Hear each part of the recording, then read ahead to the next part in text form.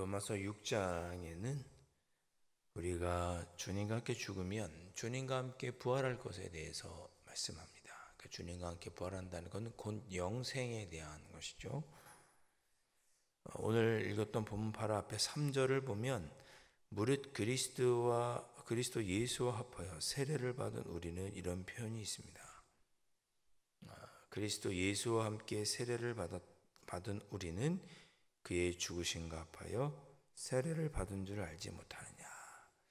자, 세례를 받는 것은 뭐냐? 그리스도와 함께 죽는 것이 세례입니다. 조금 더 함축해서 말씀드리면 세례는 죽었다가 다시 살아나는 것이 세례입니다. 우리가 예전에는 흐르는 물에 몸을 완전히 담갔다가 나오는 것을 통해서 죽었다가 살아남을 표현했죠. 새롭게 태어남을, 죽었다가 새롭게 됨을 표현했습니다. 지금은 좀 간소화되어서 물을 머리에 이렇게 바름으로 성부와 성자와 성령의 이름으로 머리에 물을 줌으로 이 의미를 표현하고 있는 것입니다.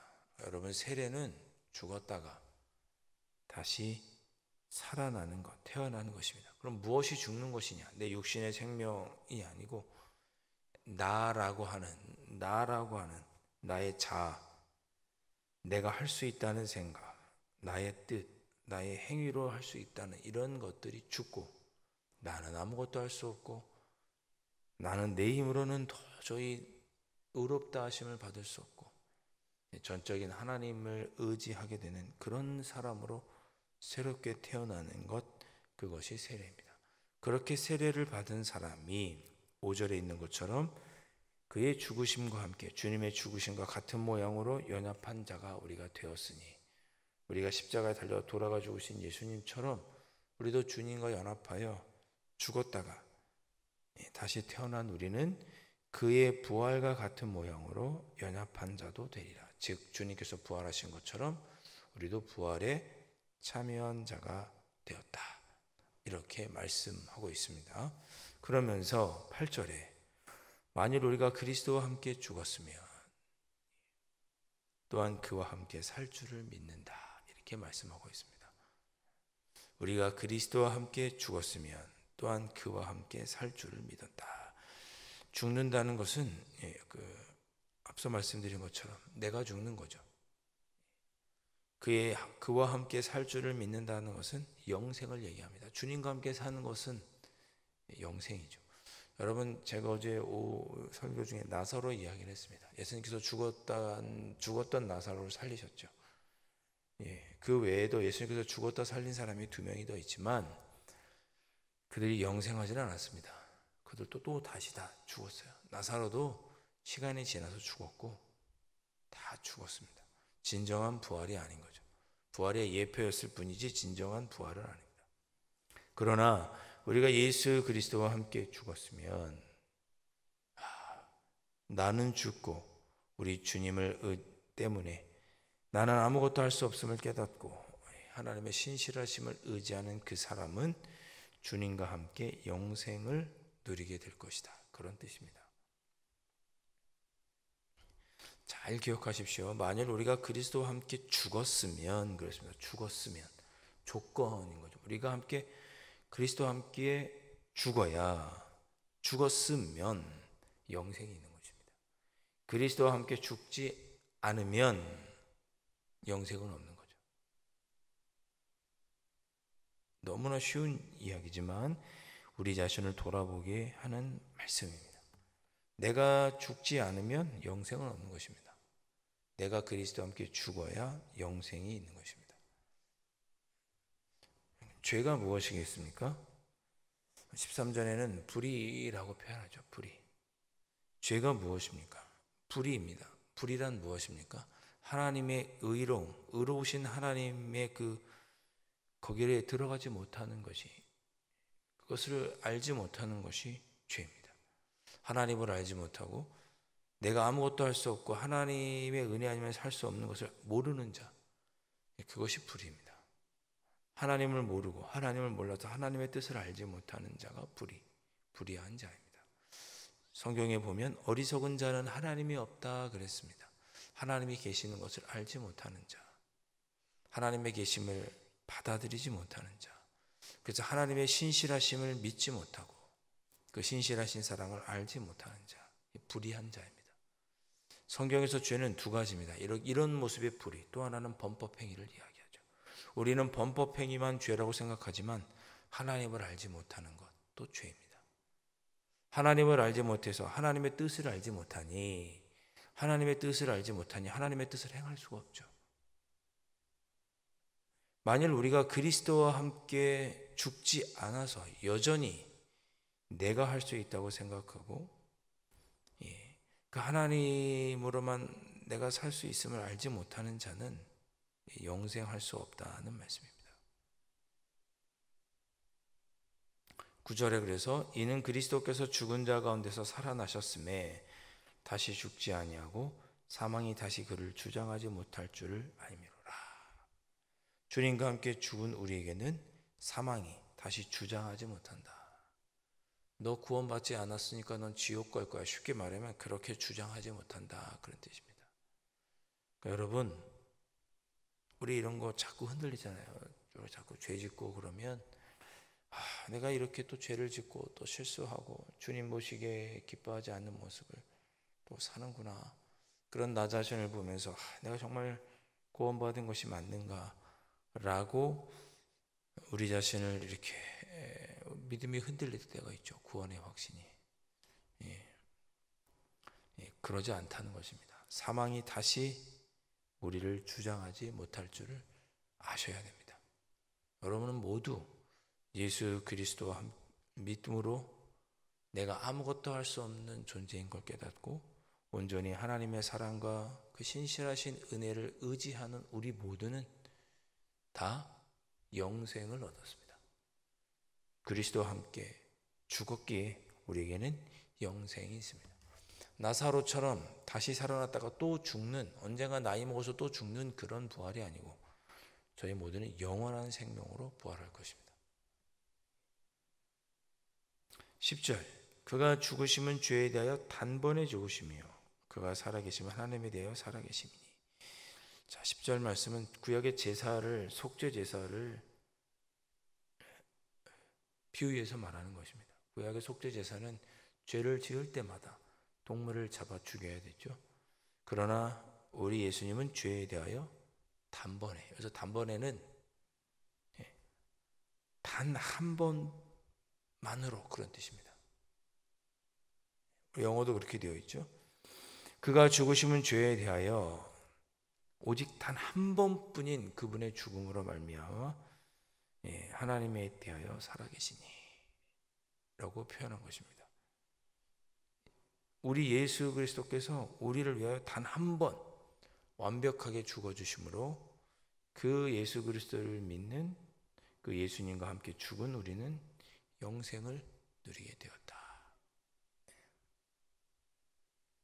11절, 이와 같이 너희도 너희 자신을 죄에 대하여는 죽은 자요 그리스도 예수 안에서 하나님께 대하여 살아있는 자로 여길지어다. 11절에 끝에 이렇게 표현하죠. 여길지어다. 여길지어다. 나는 구원받은 자라고 스스로에게 계속 이야기하셔야 됩니다.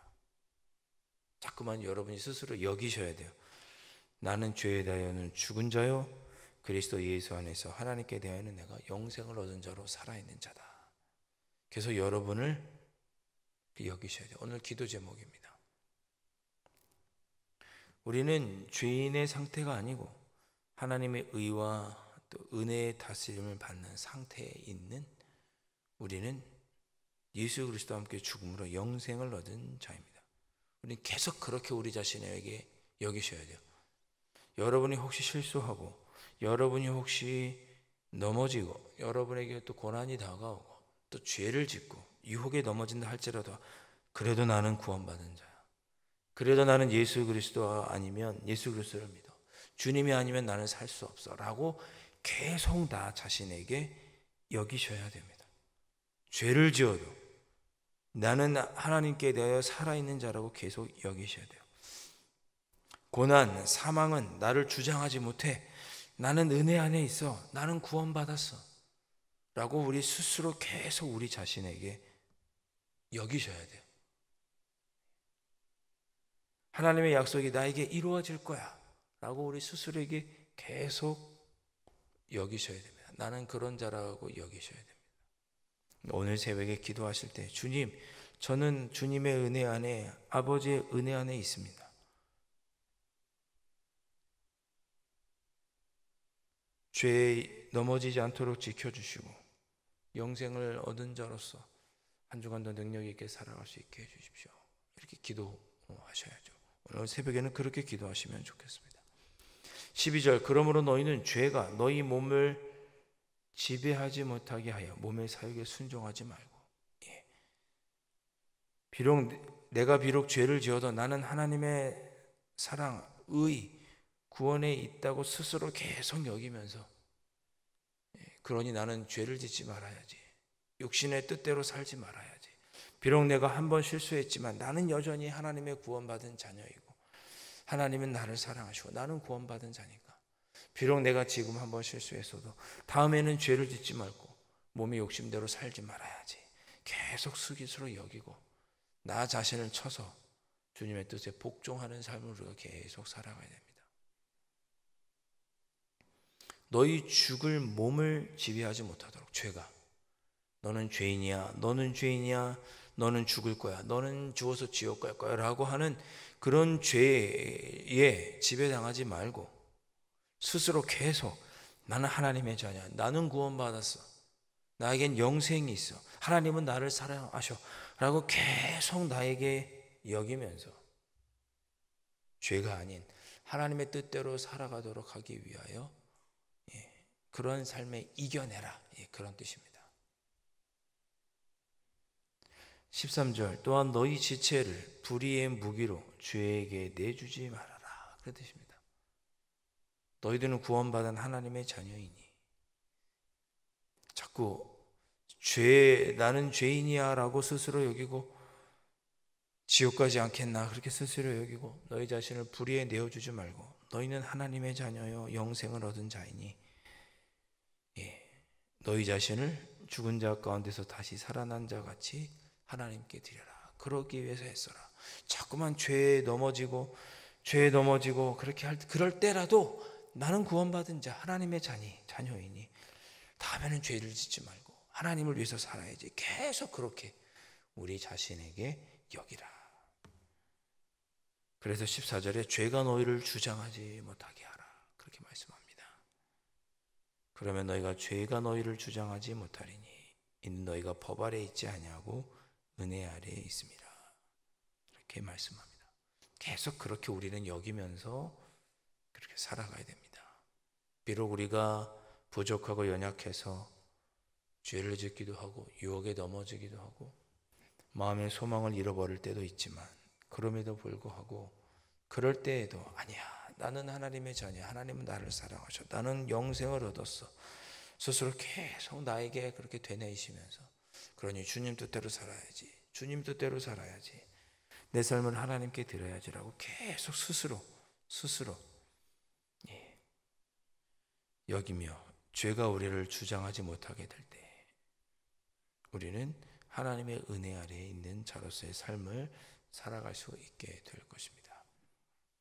오늘 이 새벽에 기도하실 때 주님, 이 한 주간 내가 주님의 자녀로 하나님의 의 안에 영생 안에 하나님께 대하여 살아있는 자라는 것을 늘 기억하면서 죄를 짓고도 낙심하거나 그럴 순간에도 다시 일어나고 하나님의 뜻대로 살기 위해 오뚜기처럼 일어나는, 그래서 하나님의 기쁘시게 해드리는 삶을 살기 위해 또 힘차게 달려가는 그런 한 주간의 삶을 살아갈 수 있도록 성령 하나님 도와주옵소서.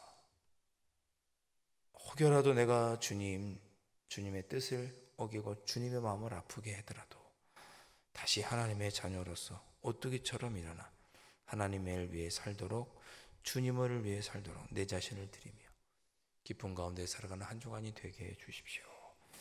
한 주간을 시작하시며 이 새벽에 그렇게 기도하실 수 있기를 주님의 이름으로 축원드립니다. 기도하겠습니다. 사랑하는 주님, 저희는 구원받은 하나님의 자녀임에도 불구하고 육신의 연약함으로 인하여 또 죄를 지을 때가 있습니다. 주님, 그럴 때 저희가 오늘 주신 말씀처럼 그럼에도 불구하고 내가 하나님의 자녀인 것을, 비록 죄에 넘어진다 할지라도 이러한 나를 하나님은 사랑하시고 그러한 하나님의 사랑과 은혜 때문에 내가 구원받았음을 늘 기억하면서 다시 죄에서 나와 하나님을 기쁘시게 해드리는 삶을 위하여 힘차게 달려가는 저희들의 한 주간의 삶이 될 수 있도록 성령 하나님 인도하여 주시옵소서. 귀하신 예수 그리스도의 이름으로 간절히 기도하옵나이다. 아멘. 하늘에 계신 우리 아버지, 아버지의 이름을 거룩하게 하시며 아버지의 나라가 오게 하시며 아버지의 뜻이 하늘에서와 같이 땅에서도 이루어지게 하소서.